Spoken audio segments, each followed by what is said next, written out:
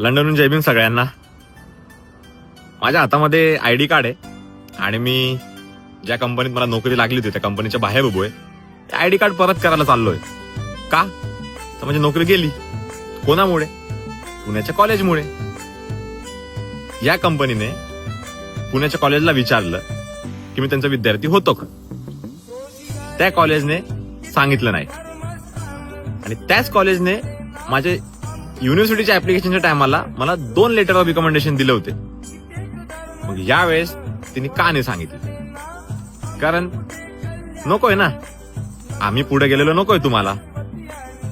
हे फक्त ID card किंवा हे फक्त नोकरी नव्हती. हे माझ्या परिवाराचा, माझ्या शिक्षकांचा, माझ्या समाजाचा, सगळ्यांचा अनेक वर्षाचा संघर्ष होता. मी नोकरी कमवली आणि पुण्याच्या कॉलेजमुळे गेली.